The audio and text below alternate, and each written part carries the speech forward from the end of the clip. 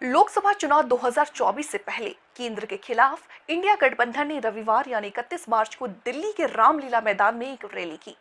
इसमें कांग्रेस महासचिव प्रियंका गांधी वाड्रा ने भगवान राम के जीवन का जिक्र करते हुए बीजेपी नित केंद्र की मोदी सरकार पर निशाना साधा। उन्होंने कहा कि भगवान राम जब सत्य के लिए लड़े तो उनके पास सत्ता नहीं थी। बता दें कि इंडिया गठबंधन ने इस आयोजन को लोकतंत्र बचाओ रैली नाम दिया है। आइए जानते हैं कि क्या कुछ बोली प्रियंका गांधी वाड्रा। यहाँ बचपन से मैं आ रही हूँ। हर साल दशहरे के दिन यहाँ इसी मैदान में रावण के पुतले का दहन होता है। मैं छोटी थी तो अपनी दादी जी इंदिरा जी के साथ आती थी, उनके पैरों के पास जमीन पर बैठ के देखती थी। उन्होंने हमारे देश की ये प्राचीन, हजारों वर्ष प्राचीन गाथा जो रामायण है, भगवान राम जी की जीवन गाथा मुझे सुनाई। आज जो सत्ता में है वे अपने आप को राम भक्त कहलाते हैं। इसीलिए यहाँ बैठे हुए मेरे मन में ये बात आई कि उनको इस संदर्भ में कुछ कहना चाहिए। मुझे लगता है कि वे कर्मकांड में उलझ गए हैं। मुझे लगता है कि वे दिखावे में लिप्त हो चुके हैं। इसीलिए मैं आज यहाँ खड़े होकर उन्हें याद दिलाना चाहती हूँ कि वो हजारों वर्ष पुरानी गाथा क्या थी और उसका संदेश क्या था। भगवान राम जब सत्य के लिए लड़े उनके पास सत्ता नहीं थी। भगवान राम जब सत्य के लिए लड़े उनके पास संसाधन नहीं थे, उनके पास तो रथ भी नहीं था। रथ रावण के पास था, संसाधन रावण के पास थे, सेना रावण के पास थी, सोना रावण के पास थी, वो तो सोने की लंका में रहता था।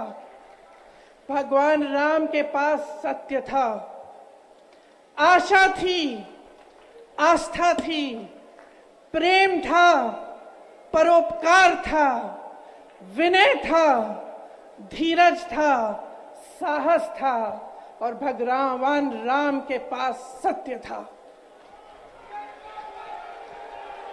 मैं सत्ता में बैठे हुए सरकार के जितने भी सदस्य हैं अपने प्रधानमंत्री नरेंद्र मोदी जी को याद दिलाना चाहती हूं, भगवान के जीवन गाथा का क्या संदेश था। सत्ता सदैव नहीं रहती, सदैव नहीं रहती सत्ता। सत्ता आती है, जाती है, अहंकार चूर चूर होता है एक दिन। प्रियंका गांधी वाड्रा ने कहा कि मुझे इंडिया गठबंधन की ओर से इंडिया गठबंधन की 5 सूत्री मांगों को पढ़ने के लिए कहा है। इससे पहले कि मैं ये शुरू करूं, मैं एक छोटी सी बात आप सबके सामने रखना चाहती हूं।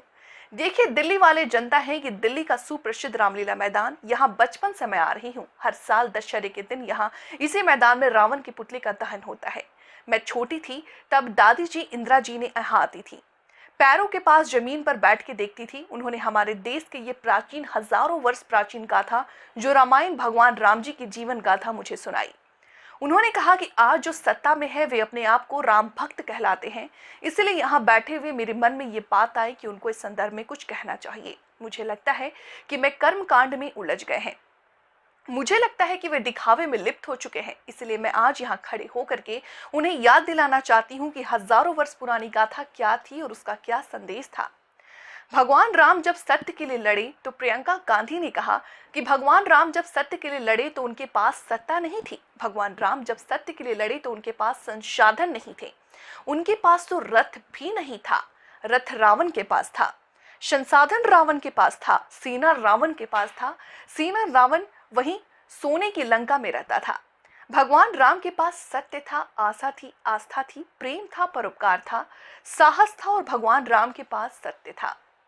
उन्होंने कहा कि मैं सत्ता में बैठे हुए सरकार के जितने भी सदस्य हैं अपने प्रधानमंत्री नरेंद्र मोदी जी को याद दिलाना चाहती हूं कि भगवान राम की जीवन गाथा का क्या संदेश था। सत्ता सदैव नहीं रहती, सदैव रहती है तो सत्ता आती जाती रहती है, अहंकार चूर होता है एक दिन। यही संदेश भगवान राम का था। आज रामलीला मैदान पर खड़े हुए इंडिया गठबंधन की 5 मांगों को पढ़ने से पहले मुझे ये उचित लगा कि मैं ये संदेश एक बार फिर दोहराऊं।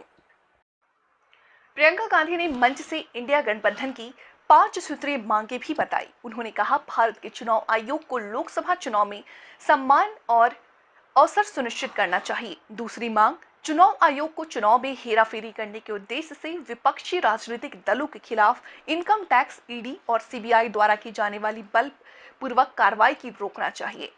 तीसरी मांग, हेमंत सोरेन और अरविंद केजरीवाल जी की तत्काल रिहाई की जाए। चौथी मांग, चुनाव के दौरान विपक्ष के राजनीतिक दलों का आर्थिक रूप से गला घोटने की जबरन कार्रवाई तुरंत बंद होनी चाहिए। पांचवी मांग, चुनावी ब्रांड उपयोग करके बीजेपी द्वारा बदले की भावना, जबरन वसूली और धन शोषण के आरोपों की जांच के लिए सुप्रीम कोर्ट की निगरानी में एक एसआईटी गठित हो जानी चाहिए। प्रियंका गांधी ने यह भी कहा कि बीजेपी शासन द्वारा पैदा की गई अलोकतांत्रिक बाधाओं के बावजूद इंडिया गठबंधन लड़ने, जीतने और हमारे लोकतंत्र को बचाने के लिए दृढ़ और आश्वस्त है।